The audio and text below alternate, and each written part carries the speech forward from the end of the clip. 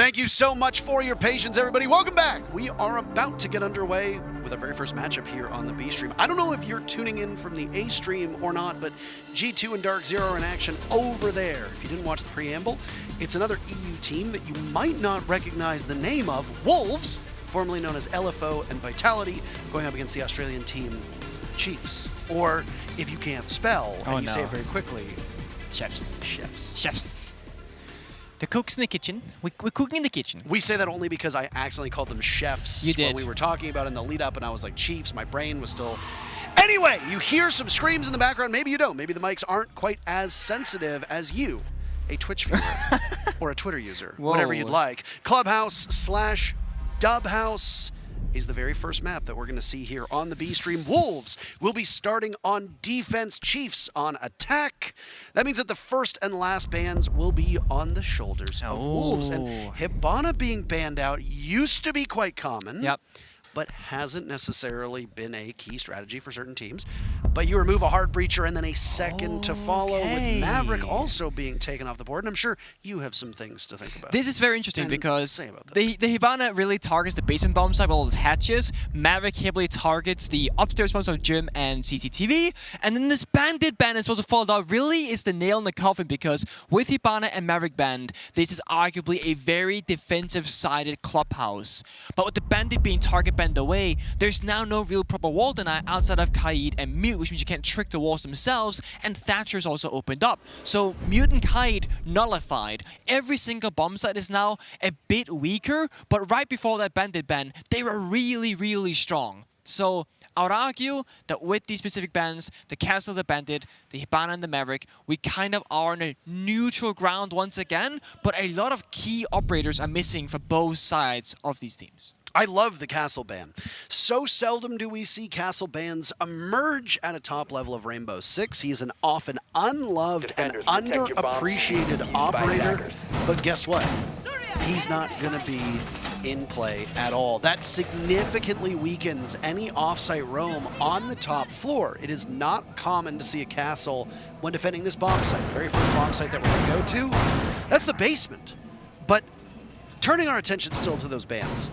Bandit is not really played on this bomb site. Nope. He's upstairs. Yep. You're definitely going to see him or Kaid on a CCTV defense, one of the two. Bandit obviously not as common as Kaid as of late, but is still showing a bit of pick rate going up and up and up. And then on this particular part of the map, they're not defending it actively as a bomb site, but they're going to defend it off-site. And this is something that was, I know people are so tired of hearing this.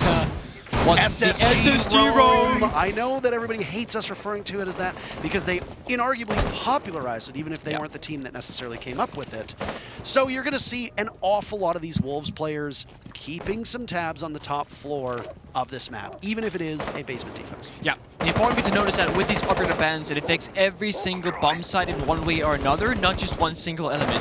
This roam strategy from the side of Wolves, very common as you mentioned. You're going up above, putting down those mute jammers, making it difficult for the attackers to drone you out. These jammers can also put on these exterior walls. That's not necessarily always the case, but can be chosen, of course. Mowgli on the CCTV server side of things alone, waiting. You see this thermite rappelling upside down. That's to avoid the mute jammer. The jammer radius is smaller than that of the exothermic charge explosion, so by rappelling upside down, you can open up the wall despite there being a jammer.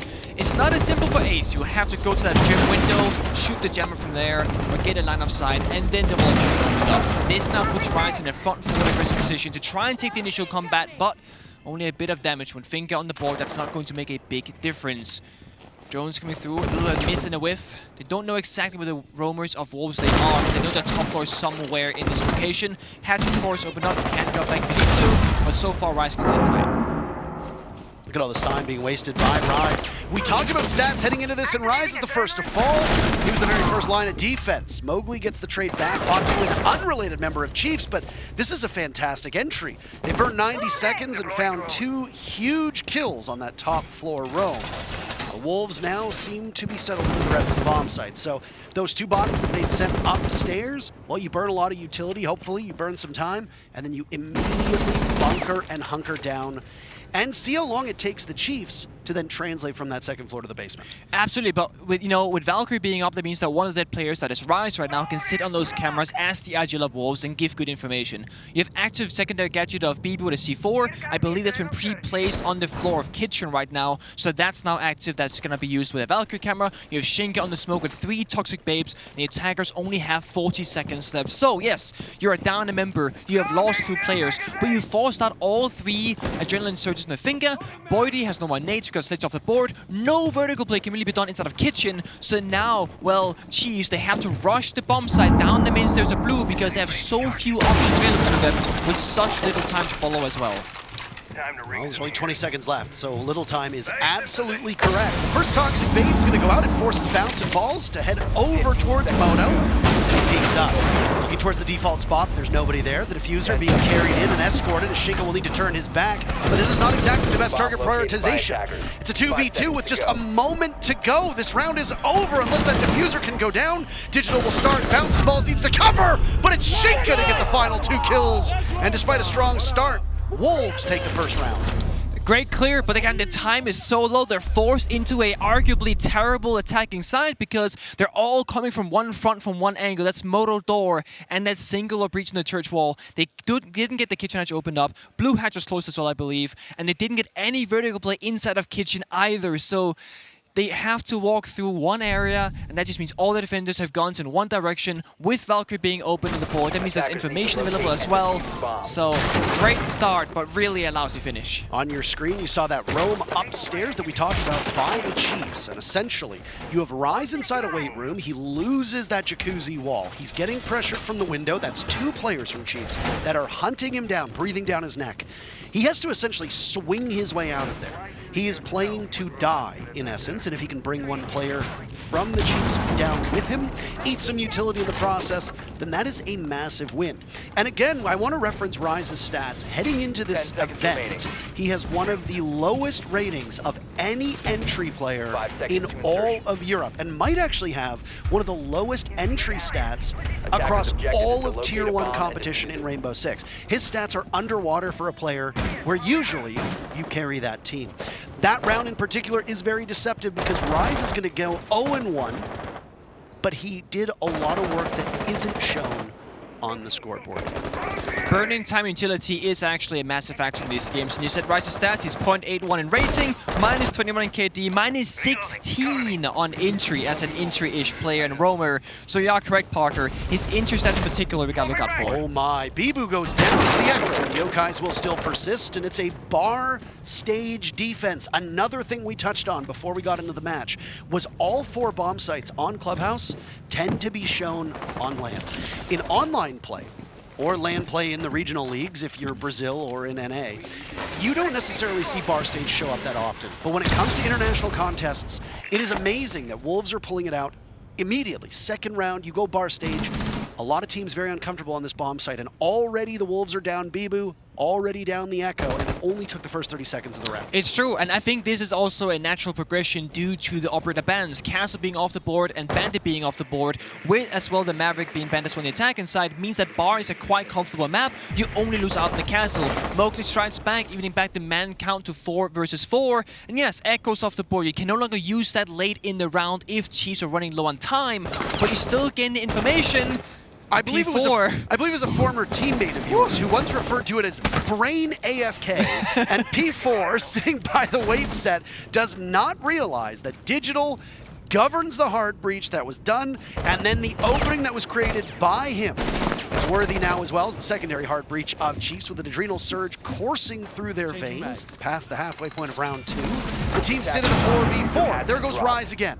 Traded out immediately by Digital falling. That means the diffuser will need to be retrieved. A very big kill as Mowgli continues to roam from above, and nobody is slowing him down.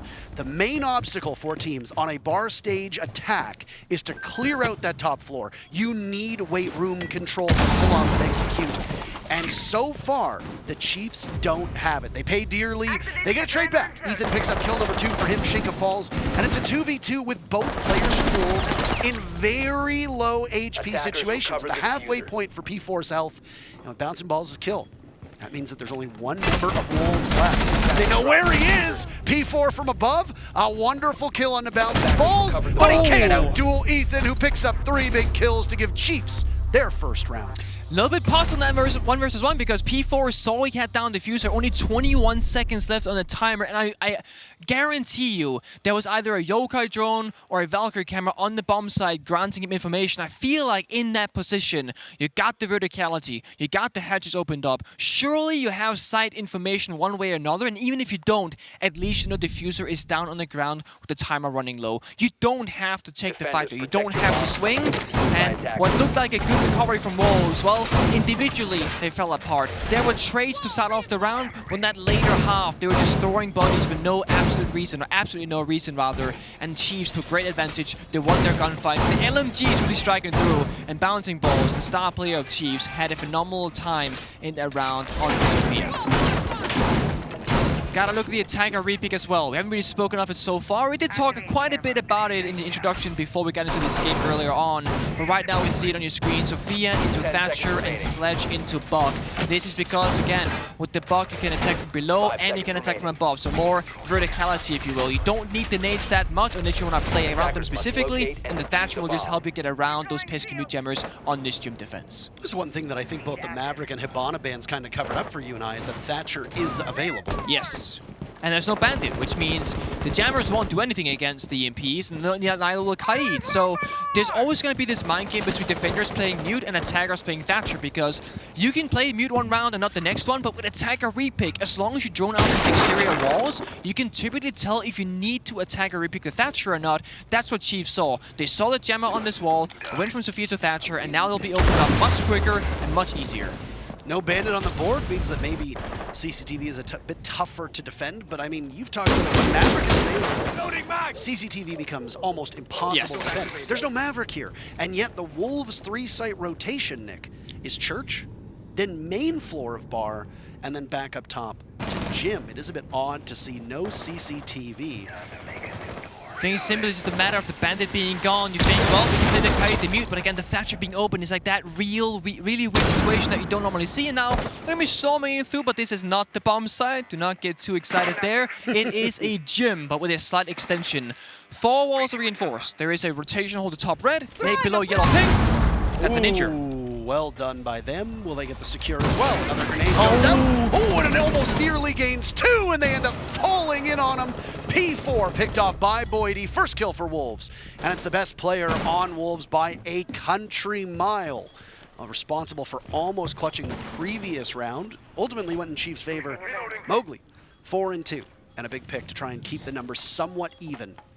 This also means Chiefs, 3 rounds out of 3, they've gotten the opening kill. In this one, they got 2 for the price of 1. It's a very good trade that they'll take any day of the week. They still got the Buck available, 1 flashbang. They got no nades left in the pocket of Ethan. And of course, no more EMPs. Mowgli doing really good work, getting aggressive on these 1v1s. Like I said, the best player for Wolves so far. It's individual effort. Both Mowgli and P4 have been the 2 standout performers on these aggressive roles, whether they be the entry on attack or the roam on defense. And right now, Mowgli playing closer to the bomb site. Still putting in great work, and look at that, all 3 kills are his. A Nitro Cell goes up, and it blows Boydie sky high. The Chiefs had an advantage. They lost it. They've now evened it out. The raid boss of the round, Mowgli, has been dispatched.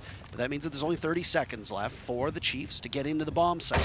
And with a gym defense, it usually almost necessitates hopping through a window, and you know how vulnerable you can be. Digital is in, and he's flashed and smoked. Continuing to soldier through, but he's going to take a lot of damage in the process. The smoke goes away. Digital taken out by Bibu. A blind spot exploited, and now it's Worthy pinged away to get finished off as one of the longest-serving EU players of Bibu gets the final 2 kills to give Wolves the lead again. That he does, and it's so difficult to plan in a 2 versus 2 situation on a gym attack. It's arguably never a good idea unless someone is off the bomb side on the defending side. That vertical C4, of course, doing a lot of damage from Mowgli. He had run downstairs early in the round, prepped it on that office floor, and then played inside of Master itself. There was a Valkyrie camera granting him information. He himself could pop it, securing the kill. See the opening here. Really good follow-up from Chiefs, by the way. They did, like, once again find the opening kill. Then Mowgli claws it back, gets 2 kills himself. But then Chiefs, they play the trade game really well. But there is a bit of time between those kills. If Chiefs can play a little bit more compact, and a little bit tighter together, we have this rune problem that says, don't be further than 2 seconds away from your teammate, because if he falls, you're gonna be close enough so you can trade him out for a 1-for-1 trade very shortly after. And Chiefs, they're almost more like 5 or 6 seconds away, so if they lose those 1v1s 2 times in a row, that's really when they're gonna start falling. So if they can get a little bit more tight, a little bit more together, I think they can really start choking out Wolves more, because right now, Mowgli, P4 doing a good job at coming back into these early rounds. Attackers are moving out to locate a bomb and defuse. I mean, if you look at who's succeeding as well for the Chiefs, you've got this big 1-2 punch of Bouncing Balls and Ethan. Now, I love saying his name. I love saying Bouncing Balls. In the regular season, it was Worthy and Bouncing Balls that were the 2 top performers for the Chiefs in terms of kills, in terms of rating. Yes. But Ethan is a long-serving member who can play flex. He can play whatever role he wants. He's been around OCE Siege for ages. One thing, by the way, that's being covered up, as we're now 30 seconds into round number 4, is that the Chiefs have every single opening pick so far, and they've done it on attack. This is on a very defender-sided map that you speculate, because of the operator bans, is even more favorable for the defense. Yet the Chiefs are walking in, picking off a player from Wolves, making that space, and yet still have 1 of the 3 rounds. Yeah, so statistically speaking, in Europe, this is a 63 defender-sided map, or in favor of defense, and in APAC South, 67% favor of defenders. So this is not the typical situation that we see. I mean, surely, like, round difference right now, 2-1, but very close rounds all across the board. This could easily have been a 3-0 in either direction, really.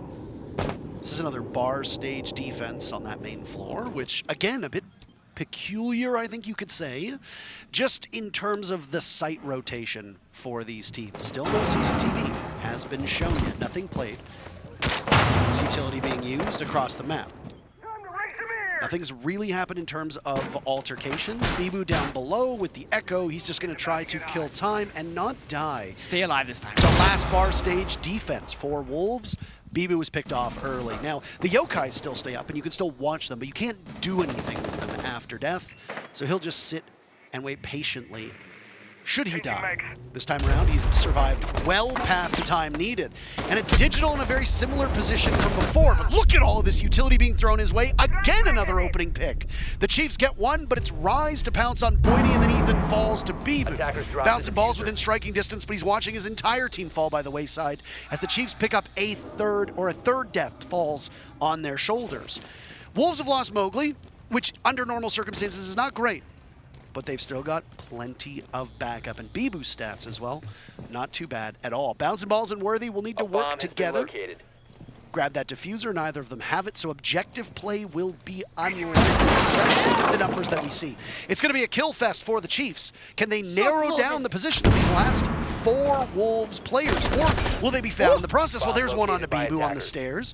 Bouncing Balls in the middle of the bomb site. But again, that diffuser could very easily just end up being camped. So the Chiefs will have to attend upstairs. And a clinic is going to be put on from the Wolves. Gunfire from both P4 and from Rise. And it's P4 to claim both of the trophy kills and expand the lead for this Wolves squad. They're up 3-1. They cannot lose the first half. And given what we know of how defensive this map can be, that's a good spot for the Wolves to be in. It is a good spot. Of course, side swap in 2 rounds, and the Chiefs can have fun on their defensive side, but if Wolves keep this up, it's looking quite good for them. I will say, Wolves heavily, almost abusing the fact that both Valkyrie and Echo are open, playing around that information each and every single round. And the Chiefs, I assume they don't find this to be a problem for them because they haven't attacker repick the IQ. And I do, like, one of the issues is that it's very difficult to fit IQ into the lineup, but you can make it work because Stature is open. And we actually see it right now.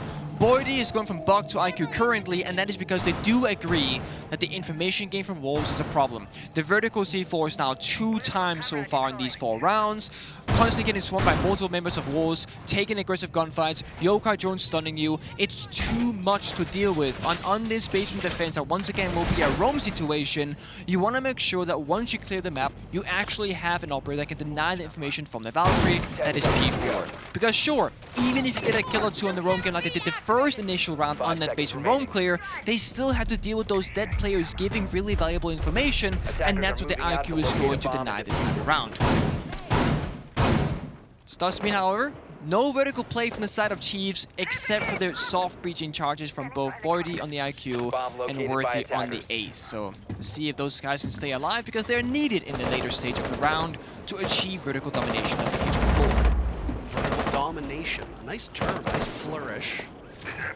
My eyes will be on the IQ here, and immediately Bibu goes for a run out. The Chiefs granted their 5th opening pick in a row. They are unstoppable. This is quite the streak.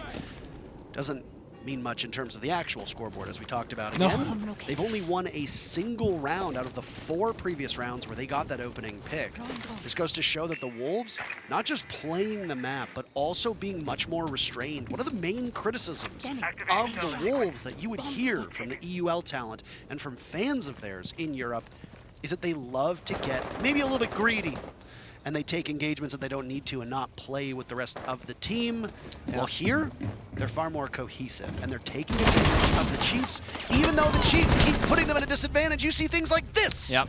Mowgli shooting through the window, taking down Ethan. Say goodbye to your nades, say goodbye to your Finka. Not an adrenal surge goes through anybody's veins that round. I think that's a great display of what everything good about Wolves and everything like not good about Wolves. Because Bibu goes out for a run out, very solo bolo, gets shot down immediately. But then the synergy between P4 and Mowgli upstairs, beautifully played, takes down Ethan, that's Finka off the board, and you survive and fall back to bomb side. That is great showcasing of teamwork.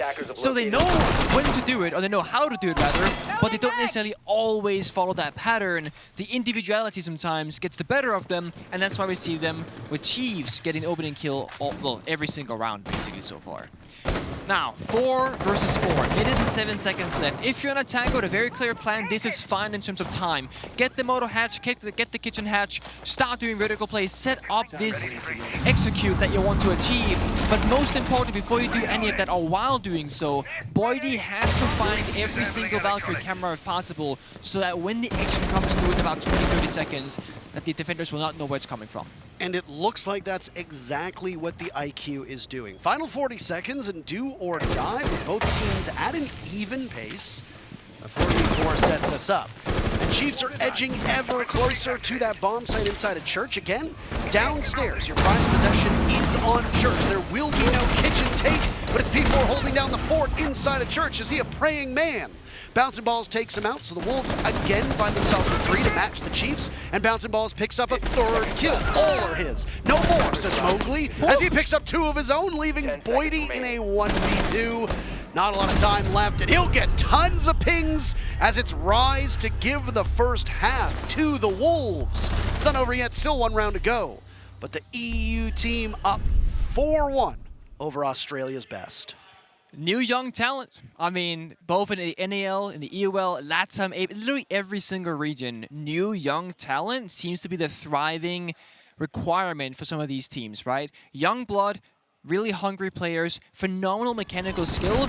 Mowgli displaying that each and every single round, being the top gunner by far for his team together with P4. And again, the synergy in the 1 versus 2 actually from the side of Wolves played nicely around Boydie. They had the Valkyrie camera information, the yellow pings came out. All they had to do was establish a nice, secure crossfire, and then, well, Chiefs had to walk right into it. And this is gonna force a tactical timeout from the side of Chiefs, which is gonna set them up for the defensive half, because we are getting there very shortly. How many of these opening picks that the Chiefs have gotten do you think were earned, and how many do you think were simply Wolves getting a little bit too cute? Because that's a good point. The observation that I can make is that while the Chiefs were getting the very first pick, they didn't know what to do with it. They'd get that first pick, then they would just go about their business without realizing that you can be a little bit more aggressive because you've taken out a key part of the defense in some way, some fashion.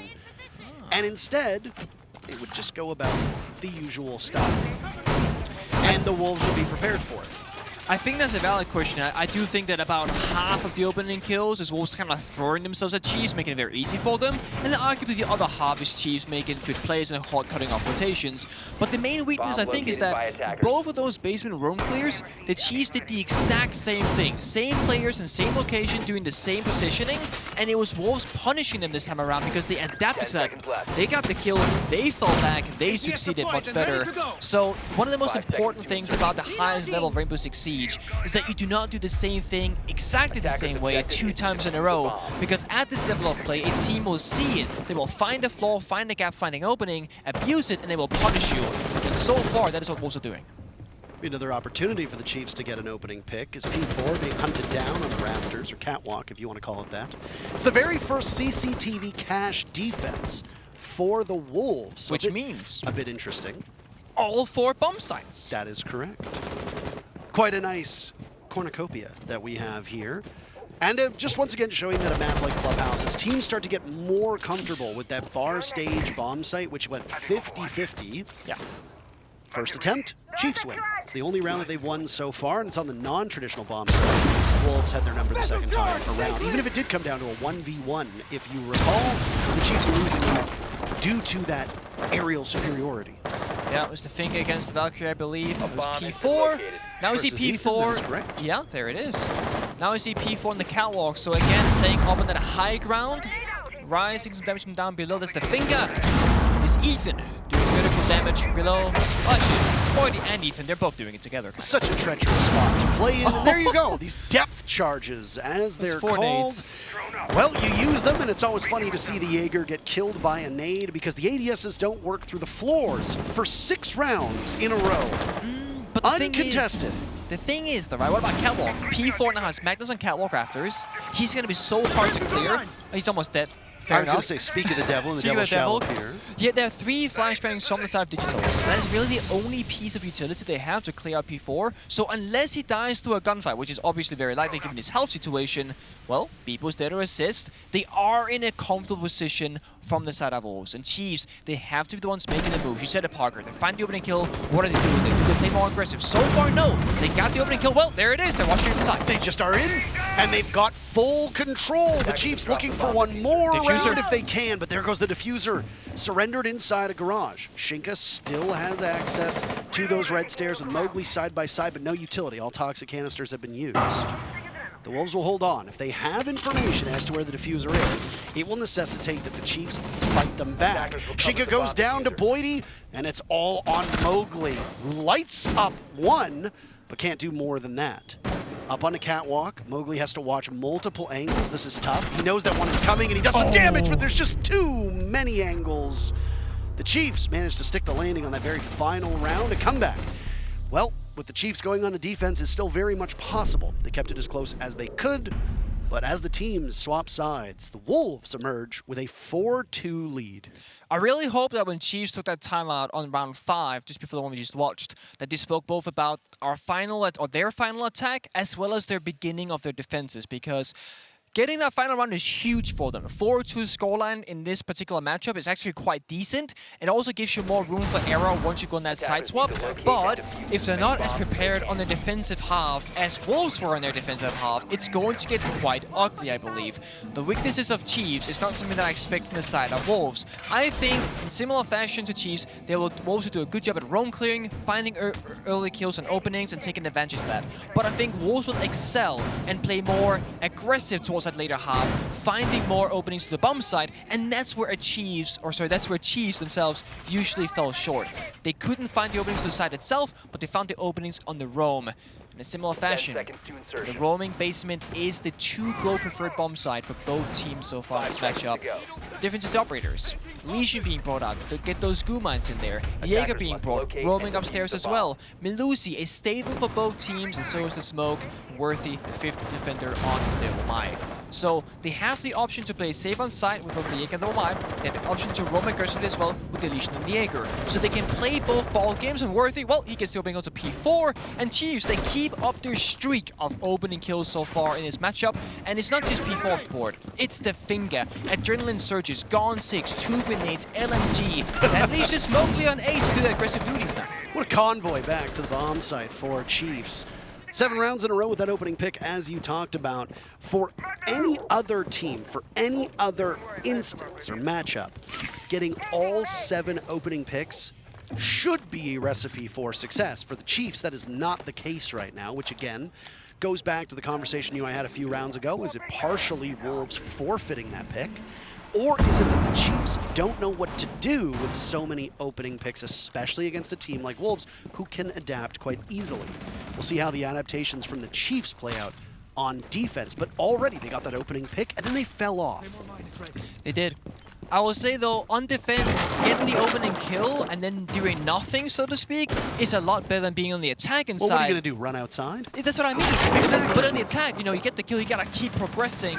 On defense, once you get the kill, you're just playing 4 versus 5. They have one less gun against you, so this heavily favors Chief situation. And they were smart about it because they picked both the Jaeger and the Wamai. They fortified the bomb site, right? Grenades are not going to be a huge problem. The 2 smoke grenades from Beebo likely not going to do a whole lot of damage either in terms of line of sight deny. And that just leaves them in this position of fortification, where Wolves they had to find or rather create a gap somewhere in the defensive structure of Chiefs. So far, well, they're starting to find that opening.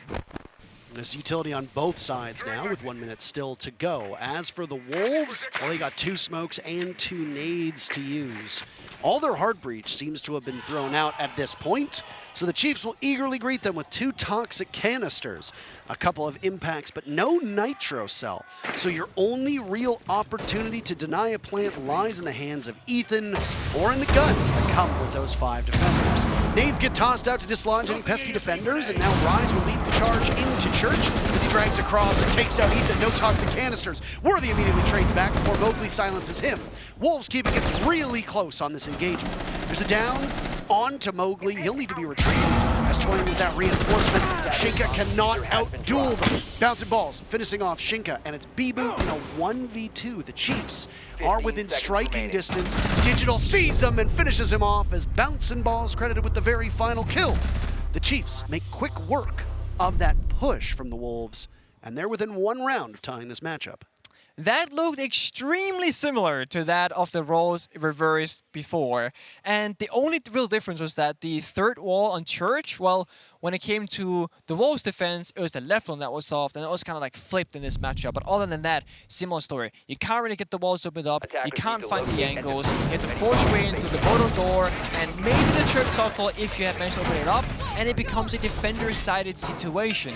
And that single opening kill that Chiefs managed to find early in the round, shutting down P4 on the finger, was actually a massive one. Because, again, as I mentioned, you're playing 5 versus 4 in terms of guns, you lose the finger, aggression, the overheal, a great gun, of course, the grenades. And, well, Wolves, they lost all their hard reach, roam clearing. And then the final Selma charge they had available got picked up by the Wamai disc later on in the round. That means nothing can really be opened up, and you saw what happened. Misery, oh misery. No bar. Like you said, when you're a defender and you get that first pick, you don't need to make a ton of changes. And the Chiefs understood that, so they can work better with that first pick on defense because that's just the way that defense works. You have to let the attackers come to you. Yes. And as an attacker, like one thing that the Chiefs never had to deal with was being down a pivotal part early on.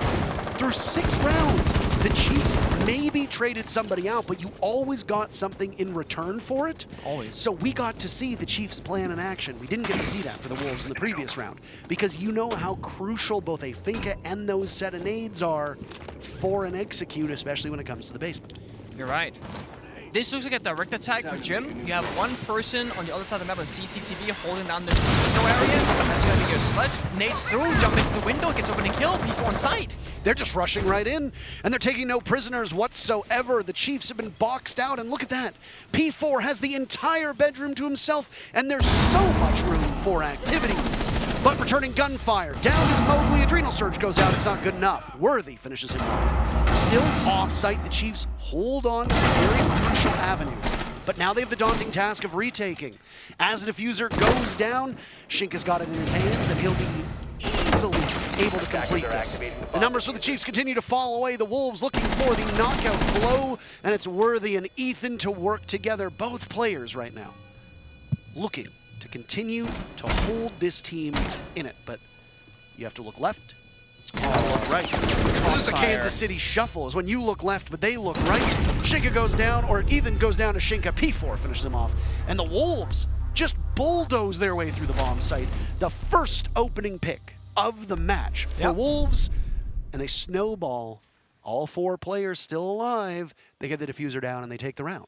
That is what Fresh would say is like they took the path of least resistance, right? You can either clear the entire map, go garage, go CCTV, like the Chiefs did themselves, clear out that entire half of the map, and then attack the bomb site, or you just go forward, guys, Yakuza breach, and you exothermic charge the wall open, you throw out an EMP, throw in a grenade to bathroom, you push on through. The only thing you really have to do, and I say only, it's not that simple, you have to, of course, get those opening kills going in your favor, otherwise the push gets stopped dead in its tracks. But they did that. They got the 2 kills, they took the entirety of the bomb site control, then they took a breather, looked for cameras, set up the plant position, made sure the planter was safe, because once you go for that plant, you're the most vulnerable, and once the plant goes down successfully, they established a triple crossfire on the main stairs, which was beautiful to watch. 5-3. Wolves now kind of starting to get more and more within the lead because, well, Chiefs, they were catching up and getting kind of close. And the bomb site rotation will keep changing up as well because we are seeing a bar being rolled out from the Apex team too. That means that teams really are getting more and more comfortable with the realism of this bomb site being one of those real bomb sites, because when Clubhouse was reworked recently-ish, nobody went there. But now we're seeing it more and more frequently. Oh. Bunch of cheers just erupted behind us. That G2 DZ match was an overtime. Yeah, it must have been overtime. And with the fact that we now see both teams taking their headphones off, I can imagine it's over. Not to distract from this match between Wolves and Chiefs, but there's another stream going on the main Rainbow Six channel right now. If you are watching this back on a VOD, well then just know that there's an entire other series of games to be done. Yep. That VOD will be somewhere else on YouTube or Twitch as well, so you can find those. It will be on the ether somewhere. Don't let the score at the top distract you. The Chiefs have not once again gotten the first pick, but I do appreciate that the game is so confident that the Chiefs will continue to get all but one of those opening picks, that it will be a 5v4 at some point. We'll see. Chiefs roaming heavily upstairs, in and around the gym and weight room area. There goes the hard breach onto the CCTV wall. This is the 3rd crack at bar stage for these teams. The record right now is a 50-50. Oh, you are wrong. We should not be prognosticators at all. First kill goes in favor of the Wolves, but it's answered back swiftly by Boydie. And guess what? Down goes Mowgli. 12 kills to his name. 10 kills for P4. That is a staggering amount for 2 players. The Wolves lose one of their best and most potent offensive forces. The only upside to losing Mowgli, I suppose, that he had 1 Selma charge left, no other utility, whereas you have Beeple with 1 exothermic charge left and 3 flashbangs. So arguably, you lost your least impactful operator besides the Thatcher himself. So not the end of the world, but they're not done yet because Ethan strikes as well, now taking the man count advantage for the side of Chiefs. 2 T5s on the board. One was in the hands of the Oryx, but Bouncing Balls was the one to die, as we said earlier on. The backup in the hands of Ethan. He puts it to good use, securing their kill and giving an advantage in favor of the Chiefs. Scanning. Wolves need to hold weight rooms. We talked about before, if you can have control of weight room above, if you can have control of master above, you are in such good shape. And that's exactly where the Wolves are. It's actually a bit surprising that the Chiefs have fallen so far back and ceded that huge amount of map control, but they must know something that we don't. Worthy will retake. Could there be a blind spot to exploit? 30 seconds to go, and it'll be Worthy to potentially catch the Wolves with their pants down. A hop out from the window. There's a Jaeger there to control that. Or you can continue to swiftly walk your way towards that gym. But you gotta go because there's no time to go. P4 is in the middle of the bomb site, takes out the bulletproof camera. There's a yokai still. There's a yokai up. Easily could blast him away. They need the coverage. Digital off of it. Down it goes. Diffuser planted quite successfully. The Wolves trail them. The gun barrel. Look at that. They give it away, and the Chiefs, beautiful in the clutch. They keep it close. The Wolves thought they had match point in their clutches, and they don't. Australia's finest. They pick up their 4th round. Bar stage is just as unpredictable as we'd expect, and it's a beautiful post plant that gives Chiefs the round. That's back and forth. It looked like Chiefs had that in the bag, nice and done. Yokai drones was, being rotated around the bomb site and they put them in safe positions, but almost every single member of Chiefs evacuated the bomb site. Boydie went for the flank, Ethan went all the way to blue stairs himself, Echo we can assume was very far off too. And then, well, Wolves, they walk on in. They stop planning at 7 seconds, enough time for Yokai to stop you. But then I believe it was a grenade or some sort of explosive damage that took down the Yokai right before it got to the ceiling, and all of a sudden a plan was possible, but the post-plan position from the side of Wolves wasn't enabled because Boydie on that flank up above played a massive role in shutting down the post-plan positions that could have been enabled by the side of Wolves, and the retake instead was successful, making it a 4-5 score count. Back to basement we go. Not similar fashion. Actually, I'll take that back. In similar fashion, because we see the exact same operator lineup somewhat. This time, the mute will help deny the drones upstairs, because I assume they're going to be roaming in similar fashion. You have to slow down the attackers in one way or another, otherwise they'll just run through the map way too quickly and have too many resources to abuse on the bomb site itself. That's what they're going to do. I am enjoying how much bar stage we're seeing, Nick. I gotta say, I'm a big fan of it. Big fan. I'm a big fan. It's a part of the map that is so often neglected as a bomb site, even if it is a critical part of the take to that bottom floor bomb site, which, hey, would you look at that? Bar arguably is like the heart of the map. I was going to segue into the fact that it's a downstairs bomb site. I was going to say it's a heart of the map, but then you didn't catch it. It's fine. It's okay. Nice shot, by the way, on the P4. Burning an adrenal surge just because of a single one-tap, dropping the Finka down to 50%. Thousand Balls replaced God Legion's role on this team. God Legion announcing that he's stepping back from Siege just a couple days ago, by the way. Yeah. Just want to say that as commentators, it was a pleasure to be able to see you in action in Sweden, and all the best moving forward. Certainly. I don't know if you're watching your former team play. He was last playing for Team Bliss, and once again stepped off of that roster. But Bouncing Balls as a God Legion surrogate seems to be doing quite well. And again, the highest stats for Chiefs prior to this matchup, and has not disappointed at all. Even if you look at all the stats of the Chiefs, nobody's really standing out at the moment. Everybody is contributing to both anglers. There's no high flyers either. Very even for them. It's very true. Opposite thing can be said about Wolves though, because you got 12 and 8 on Mowgli, 10 and 7 on P4. Then you do have that Shingun 4, Rise on 5 situation, so you can argue more of a team effort on one side, more of an individual performance on the other.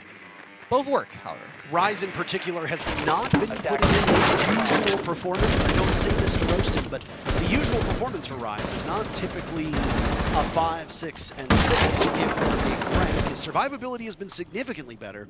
He's been trading himself out on a couple of these rounds, even if he has been the first to fall. Speaking of first to fall, nobody yet.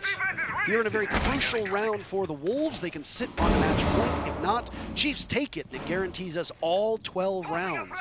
DZ and G2 might be done, but it went to overtime. We'll see if they can get close. Wolves coming in, and it looks like the Chiefs' opportunity is evaporating in front of our very eyes. Mowgli sustaining some damage. There's still an adrenal surge to give him a bit of staying power. But the Chiefs have lost 2 and almost lost a 3rd in the ensuing fray. What a shot from Boydie, but he's got the hatch to worry about as well. Down goes Rise, pivots over, looking towards Bibu, but Mowgli exploits the blind spot, walks right into Church, doesn't see Ethan. An easy kill for the Chiefs. Suddenly it's a 2v2, and it's a 1v2 with P4 to save the round. Him versus Boydie.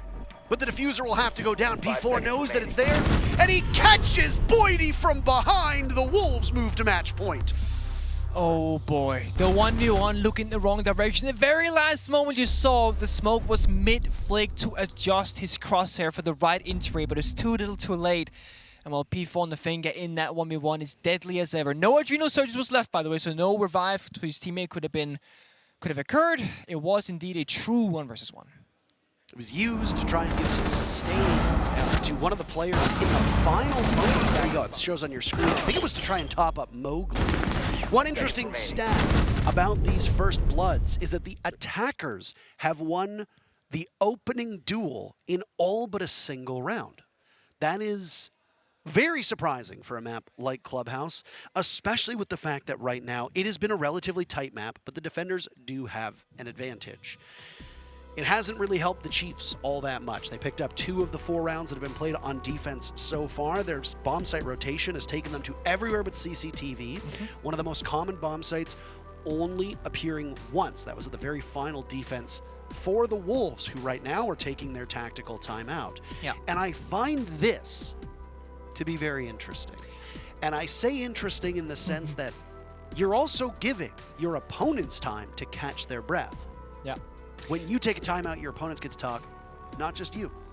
I actually like it though, because when you're the one taking the timeout, you obviously have something very specific in mind to talk about, or at least your coach should have, right? And I think this is either going to be a very clean adaptation to a particular bomb site, because, you know, when you're the defending team, you do get to control, or when you're the, when you're the attacking team, you get to control the flow of the bomb site as you're attacking it.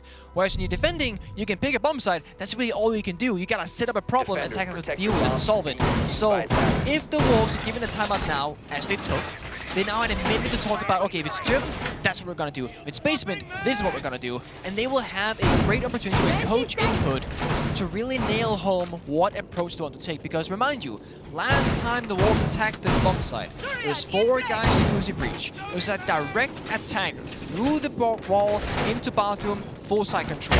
One single player was rising the sledge, was on the office hatch instead of CCTV earlier to hold those window positions. They cannot get away with that one more time. There's absolutely zero way that is possible. So the Wolves spend their time out most likely talking about how to approach this if they cannot go for that direct attack. Only real change here is Shinka went from Dasher to IQ, which does signify that they want more map control because they need to care about those Valkyries getting anywhere on the map. Jokes on you though, Valkyrie's on the board. She's not being played currently by the side of Chiefs, but the mirror is a new problem in the face of the Wolves. Yeah, the operator builds again show us that there are certain operators that can be brought out. There was a Thatcher originally for the Wolves, but interestingly enough, Shinka 6th picked to the IQ. And I wonder if that's in response to where they might worry about those Malusi gadgets going, or even where you want the nades to go and not deal with the magnets of Worthy. It's always good to have information. Oh, you can kind of get an idea of the bomb site situation, but Mowgli! That is an unnecessary play to do. High risk, high reward. It very much is, and in this case, the risk does not pay off. Wolves pick up their 4th opening pick in a row, and for 2 minutes, and just north of 2 minutes, the Wolves will sit at a 5v4 on match point. If the Chiefs end up in a close round here and ultimately lose, that is going to be a major point of contention and debate for them. I don't know if that was an individual player called by the team, but still, you got to think. Could they have played that safer and shown more value for bouncing balls? Probably. It's tough because if you're the star player of bouncing balls, arguably he's the star player of Chiefs, you don't want to restrain him and say you cannot do what you feel like you want to do, right? Your intuition, your game sense, you know? So you can put the cuffs on him, but you gotta make them really loose because, yes, he has to play with the team, but also if he sees an opportunity, if he thinks the risk is worth it, the risk assessment, go for it. We see him do the same thing every single round, playing so overly aggressive. He has the lowest survival rate with his entire team of Wolves, yet he's also the best player on the scoreboard. Shinka takes some damage, as does Bibu. It's a full court press from the Chiefs with a minute to go. Trying to narrow the numbers down of their opponents, and it's working somewhat successfully. Nade goes out, it does not connect the way that they want. Boydie is still alive. So much damage. The red. 90 points of damage or so, and the Chiefs will battle back. Digital through the floor, silences P4. They can taste it. The Wolves took a timeout to try and secure this round, and right now, the Chiefs have the red working for them. As you talked about how aggressive Mowgli can be, he's just, well, he's dancing with death. Inside the red hall, pushing up, takes out Boydie. Another could be there, found for him inside a bedroom, and there it is indeed on a digital. Now it's the Wolves with the round in their control, but Mowgli picks up another, and it's Worthy as the last man standing for Chiefs. All the hopes of this very first match on his shoulder, an ace in play. I don't think they care about it that much, but Worthy needs to be found, and how about ending it with an ace? A beautiful play by Mowgli. Wolves emerge victorious, 7-4 over the Chiefs. Young blood, oh my. What does that put Mowgli on? Like, It's like 18 kills, I think, if I remember correctly. It's like 15 after the kill, 19 kills actually. That's what he got in that game. Almost dropping a 20 bomb for Wolves' opening game here at the Charlotte Major against Chiefs. Wow. I mean, you talk about the young performers, you talk about P4, you talk about Mowgli, the impact they can have on this team. Some of the criticisms about Wolves: they might play too much like individuals. Rise might not have the best entry stats. Well, guess what? It doesn't matter what Rise is doing when Mowgli's putting in performances like that. As you see the Wolves, the victors of your very first match here on Stream B, walk off the stage. We'll throw to a quick break, and then we'll come back and talk about what exactly happened in that match.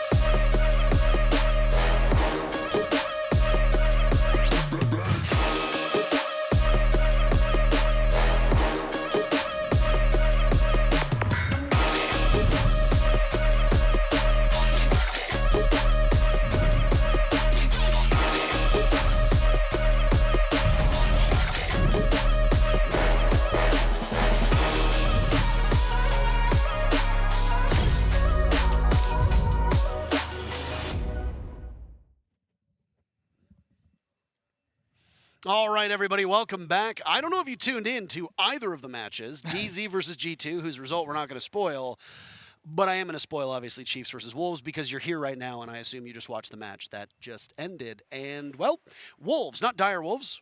Wolves was the team that you used to know as LFO, and Vitality emerged victorious 7-4. But it wasn't as easy as that score might lead you to believe. No, opening kills in the beginning heavily favored the side of Chiefs on their attacking side, and while they got the opening kills, their end round execution really was their biggest weakness. You know, they would meet the bomb site, they would see a wall and be like, can't get through that wall, let's just try and ram into it, and you can guess what happened. They flopped, unfortunately. Head first into a brick wall. In terms of opening picks, the score was actually 7-4, which mirrors the score of the match, but inverted. 7 rounds where the Chiefs held an advantage for at least a period of time, and 4 rounds where the Wolves did so. We got some highlights for you that'll go up on your screen, and you can see some of these standout performances. Now, I will say this about the Wolves. As impressive as some of those rounds were, there are still some very obvious signs that the Wolves have to work on. They made a number of hero plays. There were a couple rounds where they got a little bit cheeky on defense, thinking that they could go for a knockout on one of the Chiefs players, and they got punished for it. And it's not that the Chiefs are a bad team, but you are going to continue to get punished by the other 2 teams in your group of BDS and ASTRALIS, and there's a possibility that those 2 teams will punish you more frequently. Most likely. I mean, I will say, as good as Wolves looked, they were heavily crouching on Mowgli's individual performance particularly. I mean, this final round really shows it, right? Gets all 5 kills, revive, becomes diffuser, like really handles the entire business off the side of Chiefs. And while that is phenomenal to do when you're winning, well, if you're in a losing position and the only person that can like get you out of a loss is a single player of Mowgli, that's not great. So Chiefs, arguably the better team, perhaps. Wolves, arguably better individual performance. That round started with bouncing balls, punching the wall, trying to get a kill, dying to Mowgli. Yeah. And then Mowgli gets the ace to finish the entire thing. And Mowgli, of course, finished with 19 kills to his name, which is a tremendous performance for a player who I'm reasonably certain this is his very first international event ever, because the last time this team played, they were known as Vitality. They played in Sweden, and they had Cactus on the team. Yep. And then they shipped Cactus off. They brought in Mowgli, who's a young gunner, and, well, 19 kills for your LAN debut, your international major LAN debut. That's pretty good. That's pretty damn good. We have another matchup ready for you in just a couple moments. The Wolves going to be hot off of their victory over the Chiefs, but they've got a tough opponent. The red-hot ASTRALIS, the #1 team out of North America. They're going to be squaring off against the Wolves in just a couple minutes. Don't go anywhere. We'll be right back.